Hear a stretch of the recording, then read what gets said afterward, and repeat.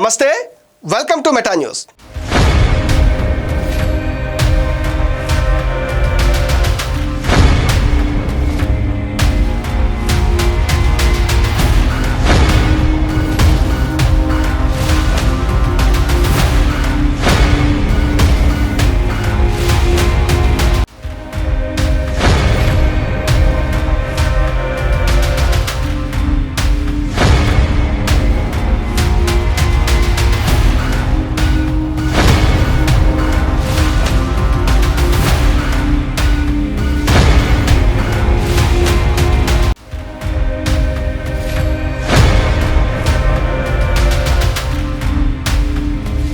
శ్రీకాకుళం జిల్లా రాజకీయ ముఖచిత్రంలో సామాజిక కోణం తెర వెనక బలంగా పనిచేస్తుంది.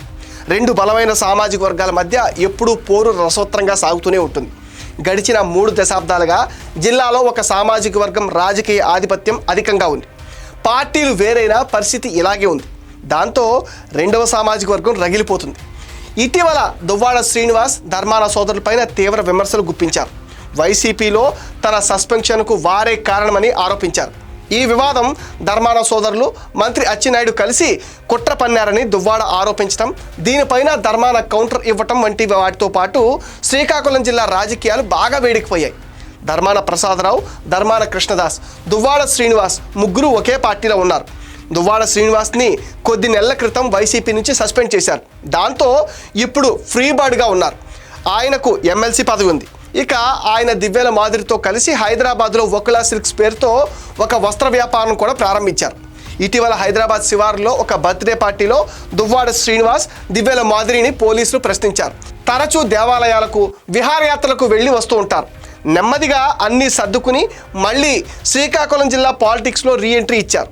తాజాగా ఆయన చేసిన సంచలన వ్యాఖ్యలు అటు వైసీపీలో ఇటు టీడీపీలో కూడా కలకలం రేపాయి. వైసీపీలో ఉన్న ధర్మాన బ్రదర్స్కి, టీడీపీలో ఉన్న కింజరపు ఫ్యామిలీకి మధ్య లింక్ పెట్టేశారు. ఈ రెండు కుటుంబాలు కలిసి లోపాయకారిగా తనకు వ్యతిరేకంగా రాజకీయాలు చేస్తున్నారని ఆరోపించారు. ధర్మాన బ్రదర్స్ తనను వైసీపీ నుంచి సస్పెన్షన్ మాత్రమే చేయించగలిగారు, కానీ వారు నన్ను పార్టీ నుంచి బహిష్కరించలేరు అన్నారు. దమ్ముంటే తనను వైసీపీ నుంచి బహిష్కరించేలా చేయాలని దువ్వాడ సవాల్ చేశారు. ఈ విషయంలో జగన్కి ఏమీ తెలియదు అన్నారు. తన మీద కావాలనే ఈ చర్య జరిగేలా ధర్మాన బ్రదర్స్ చూశారని ఆయన మండిపడ్డారు. శ్రీకాకుళం జిల్లాలో తమ సామాజిక వర్గాన్ని అనగదొక్కే కుట్ర సాగుతుందని ఆయన అంటున్నారు. ఎమ్మెల్సీ దువ్వాడ శ్రీనివాస్ ధర్మాన సోదరులపైన తీవ్ర విమర్శలు చేయడంతో అసలేం జరుగుతుందో తెలియక వైసీపీ కేడర్ అయోమయానికి గురవుతుంది. ధర్మాన సోదరులకు అండ్ దువ్వాడకు మధ్య వైరం ఈనాటిది కాదు.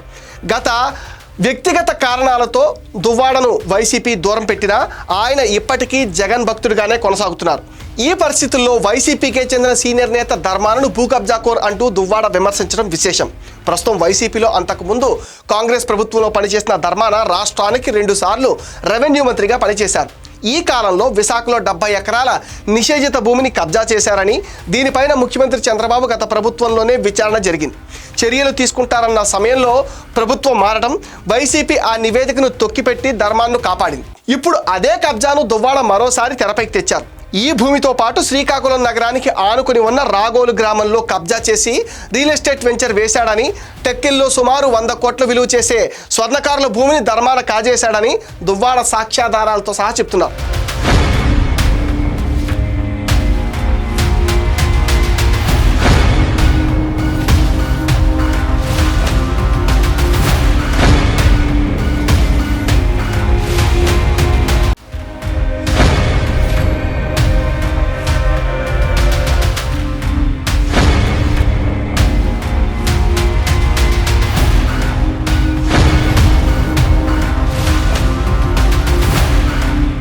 దువ్వాడ ఆరోపణలపైన ధర్మాన ప్రసాదరావు కూడా చాలా గట్టి కౌంటర్ ఇచ్చారు.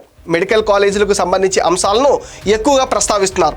అయితే ఇన్ని రోజులు మౌనంగా ఉన్న ధర్మాన అకస్మాత్తుగా ఇలా దూకుడుగా మాట్లాడటం వెనుక దువ్వాడ శ్రీనివాస్ ఉన్నట్టుగా ప్రచారం నడుస్తుంది.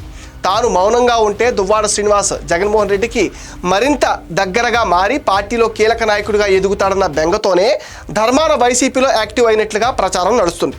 కుమారుడు రాజకీయ భవిష్యత్తు సెట్ కాలేదు.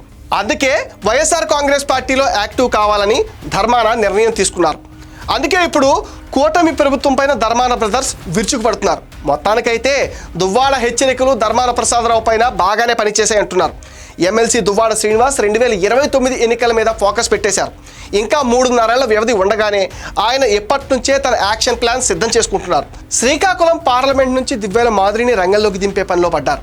లేటెస్ట్గా ఇచ్చిన ఇంటర్వ్యూలో ఆయన మాట్లాడుతూ వచ్చే ఎన్నికల కోసం ఒక సొంత పార్టీ కాదు కానీ ఒక మినీ సైజు కూటమి లాంటిది తయారు చేస్తున్నట్లుగా చెప్పారు. కీలక నియోజకవర్గాల్లో తన సారథ్యంలో ఇండిపెండెంట్ అభ్యర్థులు కూటమికి పోటీగా దిగుతుందని, టార్గెట్ చేసిన రాజకీయ నాయకుల్ని ఓడించేందుకు తాము గెలిచేందుకు ఈ ప్రణాళిక రూపొందించామని ఆయన చెప్పారు. అధికార టీడీపీ, విపక్ష వైసీపీలోని కీలక నాయకులు తాను లక్ష్యంగా పెట్టుకున్న వారిని ఓడించేందుకు ఈ కూటమి ప్రయోగం అని ఆయన అంటున్నారు. వైసీపీలో తన సస్పెన్షన్కి కారణమైన మాజీ మంత్రులు ధర్మాన బ్రదర్స్ మీద, అలాగే కింజరపు ఫ్యామిలీ మీద కూడా తన కూటమి పోటీ చేస్తుందని చెప్తున్నారు. శ్రీకాకుళంలో ధర్మాన ప్రసాదరావు మీద, నర్సన్నపేటలో ధర్మాన కృష్ణదాస్ మీద, టెక్కెల్లో అచ్చెన్నాయుడు మీద, అలాగే పలాసలో కూడా అభ్యర్థులను పెడతామని చెప్పారు. అధికార విపక్షాలను ఒకే సమయంలో ఎదిరించడం, ఇండిపెండెంట్ అభ్యర్థుల్ని బరిలోకి దించడం అన్నది దువ్వాడ యాక్షన్ ప్లాన్. అది ఎంతవరకు ఫలిస్తుంది అన్నది చూడాల్సి ఉంది. రాజకీయంగా తన ప్రత్యర్థుల్ని లక్ష్యంగా చేసుకుని దువ్వాడ ఈ ప్రయోగం చేయబోతున్నారు. మొత్తం మీద 2 ప్రధాన కులాల మధ్య రాజకీయ సామాజిక వర్గ సమరానికి దువ్వాడ తెర తీస్తున్నారన్న చర్చ అయితే సాగుతుంది. ధర్మాన బ్రదర్స్ని ఆయన గట్టిగానే టార్గెట్ చేస్తున్నారు. ఈ ఇద్దరినే నమ్ముకుని జిల్లాలో ఆది నుంచి వైసీపీ రాజకీయం చేస్తుంది. మరి వైసీపీ పెద్దలకు ఈ విషయాలు తెలియవా, లేదంటే దువ్వాడ వ్యాఖ్యలు లైట్ తీసుకుంటున్నారా అనేది కూడా అంతు చిక్కటం లేదు. ఇది మెటా న్యూస్ అప్డేట్. ఈ వీడియో పైన మీ విలువైన ఒపీనియన్ కామెంట్ సెక్షన్లో మెన్షన్ చేయండి. మీరు ఇచ్చే కామెంట్స్తో మరిన్ని ఇంట్రెస్టింగ్ వీడియోస్ మీకు అందిస్తాం. Please support meta news. Please subscribe meta news.